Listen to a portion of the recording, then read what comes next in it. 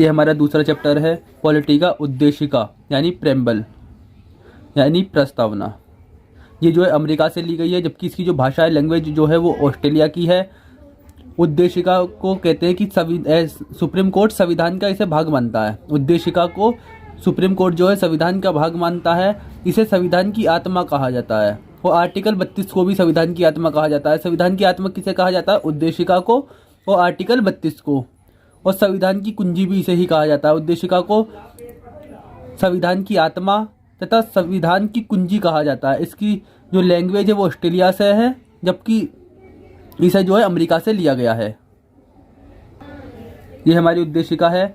हम भारत के लोग भारत को एक संपूर्ण प्रभुत्व संपन्न समाजवादी पंथ निरपेक्ष लोकतांत्रिक गणराज्य बनाने के लिए तथा उसके समस्त नागरिकों को सामाजिक आर्थिक और राजनीतिक न्याय विचार अभिव्यक्ति विश्वास धर्म और उपासना की स्वतंत्रता प्रतिष्ठा और अवसर की समता यानी यहाँ पर न्याय स्वतंत्रता और समता प्राप्त करने के लिए तथा उन सब में व्यक्ति की गरिमा और राष्ट्र की एकता और अखंडता सुनिश्चित करने वाली बंधुता बढ़ाने के लिए दृढ़ संकल्प होकर इस संविधान सभा में आज तारीख 26 नवंबर 1949 को एतद द्वारा इस संविधान को अंगीकृत अधिनियमित और आत्मसमर्पित करते हैं। तो इसमें क्या कहा गया है कि न्याय कौन कौन सा न्याय कहा गया है? स्वतंत्रता समता और बंधुता। न्याय में सामाजिक न्याय आर्थिक न्याय और राजनीतिक न्याय। और स्वतंत्रता किसकी? स्वतंत्रता विचार की अभिव्यक्ति की विश्वास की धर्म की और उपासना की। समता किसकी? प्रतिष्ठा की और अवसर की। अब इसका उद्देशिका का महत्व देख लेते हैं। और जो संविधान लागू हुआ वो विक्रम संवत के अकॉर्डिंग 2006 में लागू हुआ है संविधान। विक्रम संवत जब आता है हम उसमें 57 प्लस कर देते हैं, यानी कि 26 नवंबर 1949 को अगर 1949 में हम 57 को प्लस करेंगे तो कितना हो जाता है? 2006। तो विक्रम संवत के हिसाब से 2006 में संविधान लागू हुआ है। यहाँ पर हम देखते हैं, यहाँ पर बंधुता समानता और समता स्वतंत्रता समता और बंधुता ये कहाँ से है? ये फ्रांस की है। तो समानता स्वतंत्रता और बंधुता कहाँ की है? फ्रांस से ली गई है ये। आगे इसमें उद्देशिका का महत्व दिया हुआ है। उद्देशिका का महत्व को देखते हैं। भारतीय संविधान के प्रारंभ में रखी गई उद्देशिका का संविधान के निर्माण में महत्वपूर्ण स्थान है। उद्देशिका में उस आधारभूत दर्शन तथा राजनीतिक धार्मिक एवं नैतिक मूल्यों का उल्लेख है जो हमारे संविधान का आधार स्तंभ है। उद्देशिका में जनता की भावनाएं तथा आकांक्षाएं सूक्ष्म रूप से समाविष्ट हैं। संविधानविदों ने उद्देशिका को संविधान की आत्मा के समान माना है। संविधान निर्माण में महत्वपूर्ण भूमिका निभाने वाले संविधान सभा के अध्यक्ष सर अल्लादी किशन स्वामी अय्यर के अनुसार संविधान की प्रस्तावना हमारे दीर्घकालिक सपनों का विचार है जो उस समय हमें अवेलेबल नहीं थे लेकिन अब अवेलेबल है। उद्देशिका के महत्व में संविधान के प्राधिकार का स्रोत है, राज्य का स्वरूप, संविधान का उद्देश्य, संविधान लागू होने की तिथि। इसे एक एक करके देखते हैं। संविधान के प्राधिकार का स्रोत भारत की जनता। कारण ये कि संविधान का निर्माण भारत की जनता की ओर से संविधान सभा के सदस्यों ने किया और उन्हीं के द्वारा इसे अंगीकृत किया गया, इसलिए संप्रभुता जो है वो भारत की जनता में है। राज्य का जो स्वरूप दिखाया गया इस प्रस्तावना में या उद्देशिका में, तो राज्य का जो स्वरूप है यानी हमारे जो संघ का स्वरूप है वो संप्रभु समाजवादी पंथ निरपेक्ष लोकतांत्रिक गणराज्य। इन सबको जैसे कि संप्रभु समाजवादी पंथ निरपेक्ष लोकतांत्रिक गणराज्य, इसे हम आगे डिटेल में देखेंगे कि ये होता क्या है। संविधान का उद्देश्य, संविधान बनाने का उद्देश्य क्या था? नागरिकों को सामाजिक आर्थिक एवं राजनीतिक न्याय सुलभ कराना, विचार अभिव्यक्ति विश्वास धर्म की उपासना की स्वतंत्रता को उपलब्ध कराना, प्रतिष्ठा और अवसर की समता को सुनिश्चित करना, व्यक्ति की गरिमा और राष्ट्र की एकता और अखंडता को सुनिश्चित करने वाली बंधुता को बढ़ाना। और संविधान लागू होने की तिथि 26 नवंबर 1949। उद्देशिका के जो तत्व हैं उन्हें देख लेते हैं। Element of preamble. संविधान घोषित करता है कि भारत के लोगों ने ही संविधान को अंगीकृत किया, अधिनियमित किया तथा आत्मसमर्पित किया है। अतः इस देश की संप्रभुता जो है वो अंततः भारत के लोगों में ही निहित है। ये लोगों के उन आदर्शों यानी आइडल्स व आकांक्षाओं, एस्पिरेशन जिन्हें प्राप्त करने की आवश्यकता है, इसकी भी उद्घोषणा करते हैं।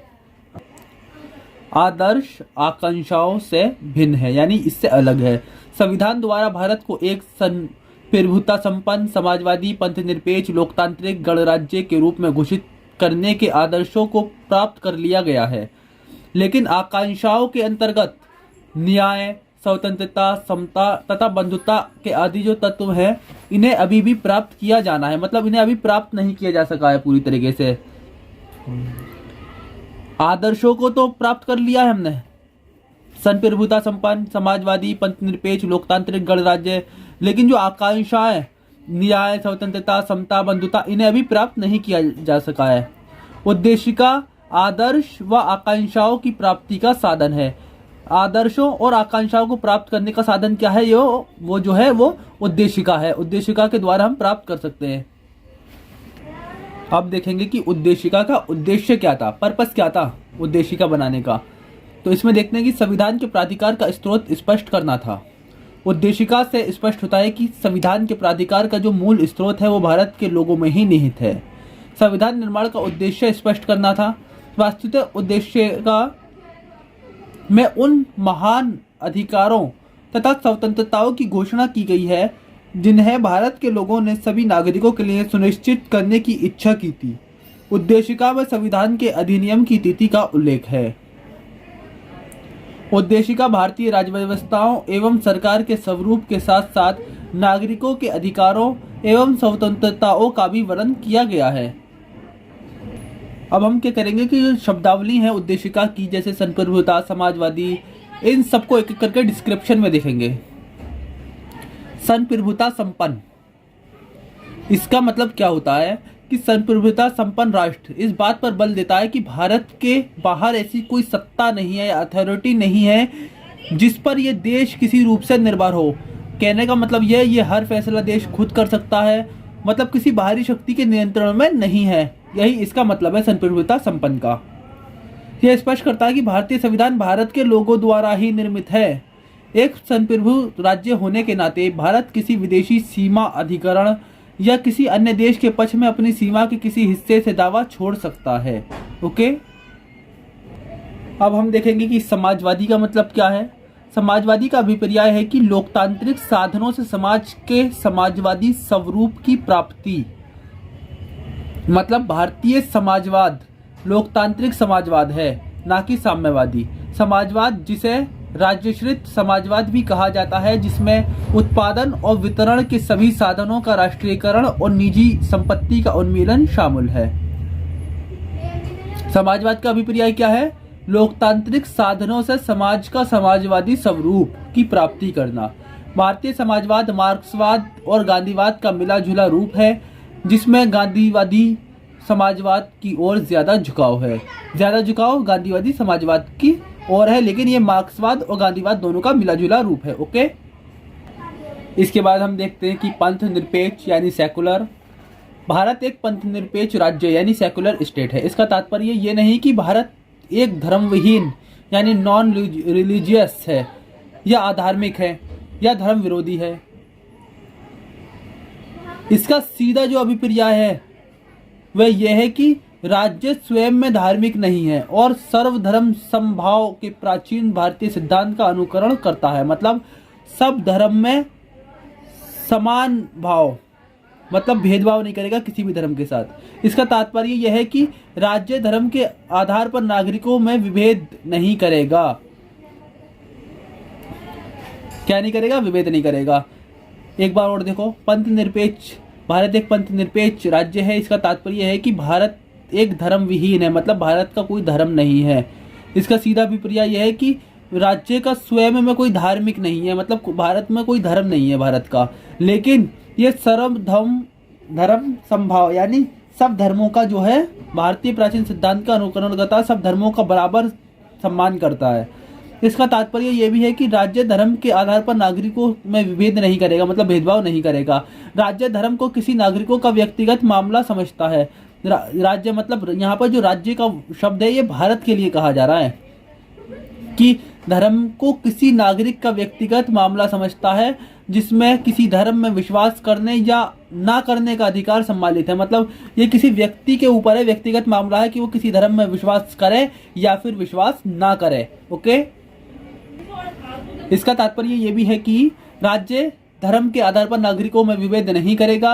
राज्य धर्म को किसी नागरिक का व्यक्तिगत मामला समझता है, जिसमें किसी धर्म में विश्वास करने या न करने का भी अधिकार सम्मिलित है। इसके बावजूद भी अगर भारत अपने विशिष्ट सामाजिक सांस्कृतिक वातावरण के कारण उस अर्थ में पंथ निरपेक्ष नहीं है जिस अर्थ में पश्चिमी देश है। इसका कहने का मतलब ये जो पश्चिमी देश है वहां पर पंथ निरपेक्ष का मतलब ये हो जाता है कि वहां पर राज्य का एक धर्म हो जाता है।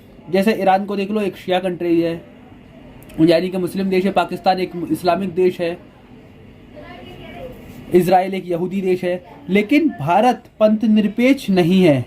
उस वातावरण में है पंथ निरपेक्ष, लेकिन उस वातावरण में नहीं है। ये पंथ निरपेक्ष होने के बाद में भी इसका कोई धर्म नहीं है। ओके, इसके बाद हम देखते हैं लोकतांत्रिक या डेमोक्रेटेड।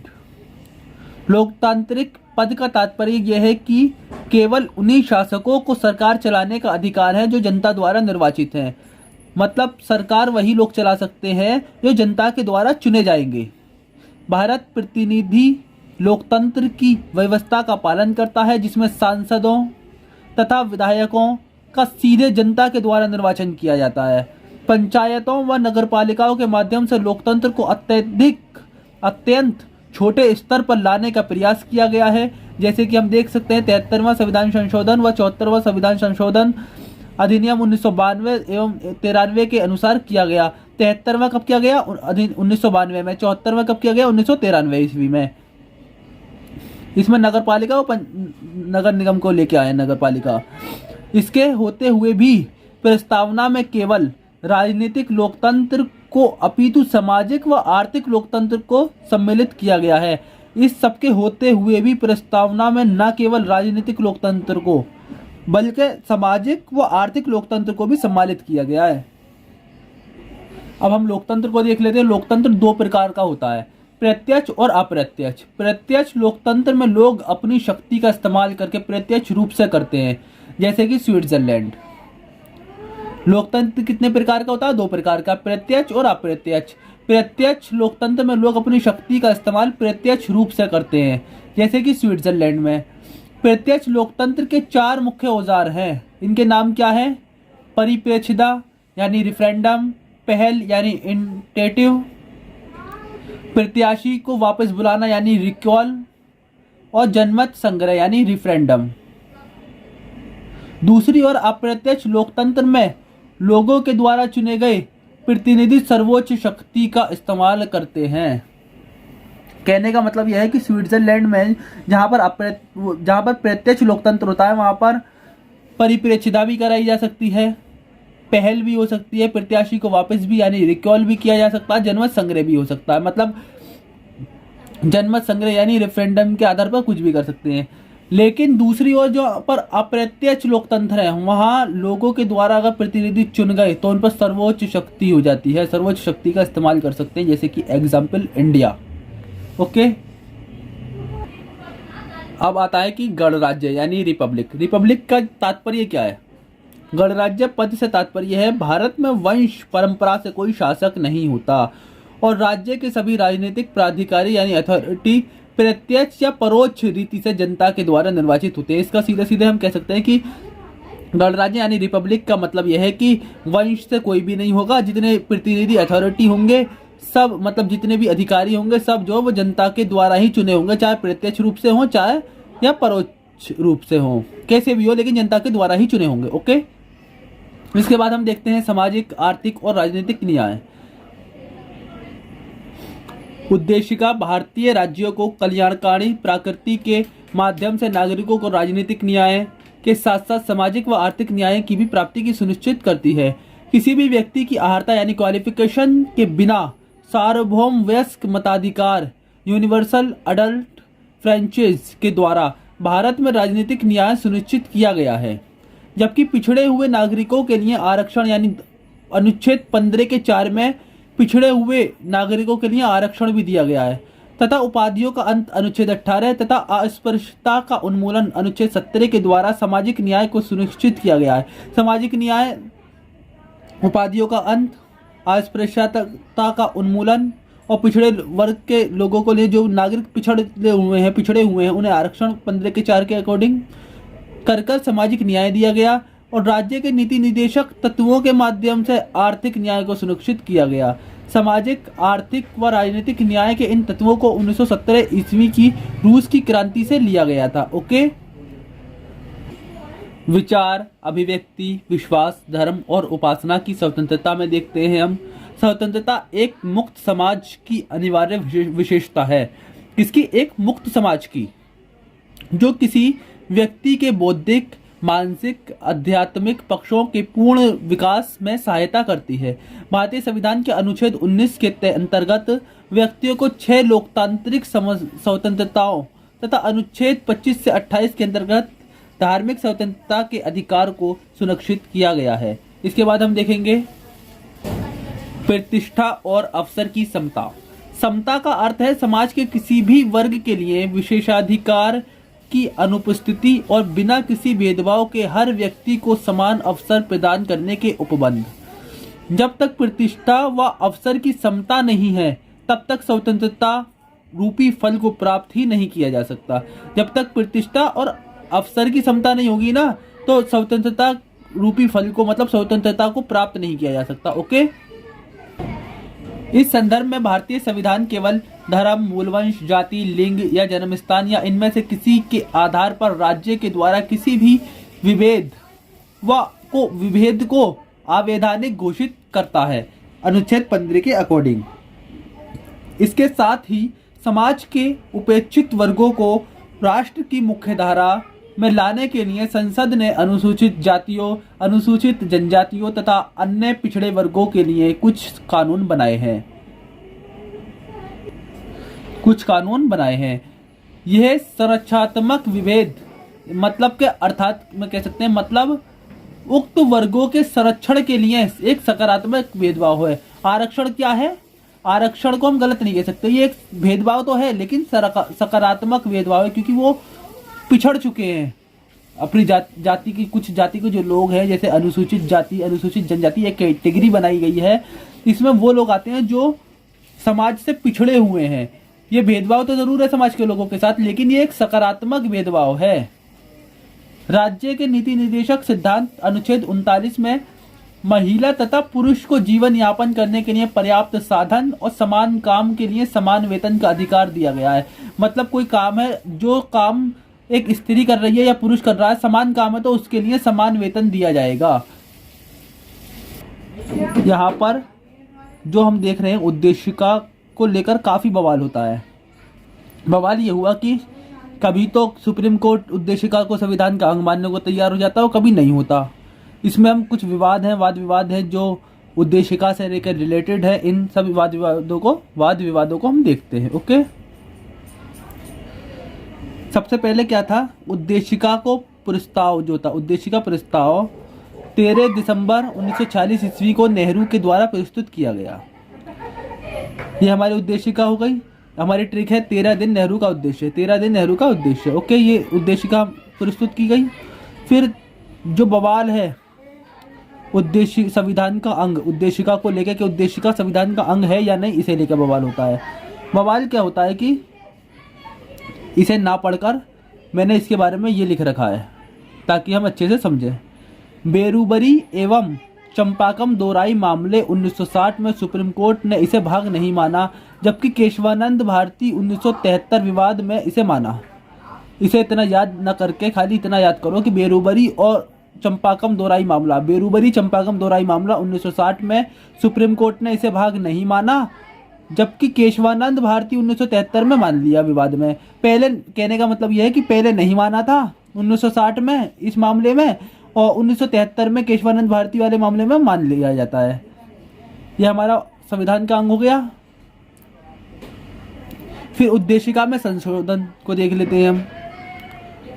केशवानंद भारतीवाद 1973 प्रस्तावना को संविधान का भाग माना, जैसे कि मैंने यहाँ पर भी कहा, भाग मानते हुए कहा कि अनुच्छेद 368 के अधीन मतलब अंदर संविधान की प्रस्तावना में भी संशोधन किया जा सकता है, पर ऐसा संशोधन हो कि जिससे मूल ढांचे का उल्लंघन ना हो।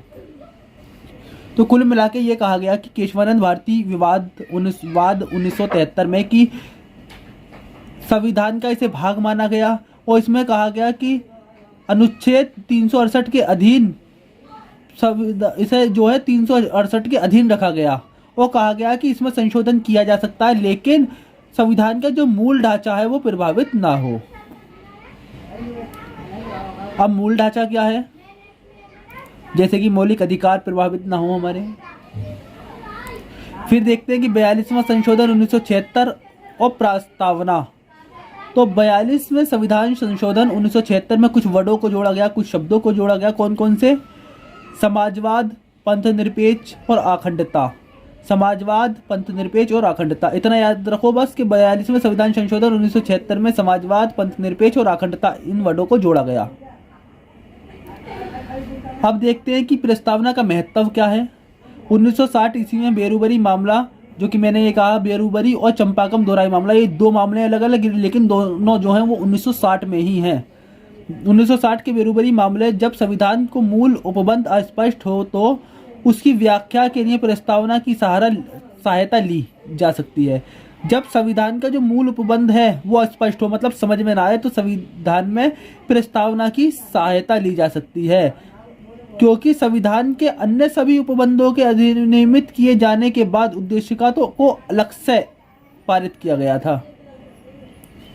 1973 में केशवानंद भारतीवाद में मार्गदर्शक सिद्धांत के रूप में प्रस्तावना को स्वीकार किया गया। मतलब मार्गदर्शक, जहाँ पर हम समझ में संविधान के कुछ ऐसे पहलू जो हमारे समझ में नहीं आते, समझ नहीं आ पा रहे हमारे, तो वहाँ पर उद्देशिका का जो लक्ष्य है, मतलब के सामाजिक, आर्थिक, राजनीतिक, ये न्याय वगैरह जो लक्ष्य है उसे पढ़कर कि प्रस्तावना कहना क्या चाहती है, प्रस्तावना भारत के लोगों को कैसा संविधान देना चाहती है, उसे पढ़कर हल किया जा सकता है। मतलब व्याख्या को स्पष्ट किया जा सकता है। ओके, ये कारखाना अधिनियम हम बाद में पढ़ेंगे।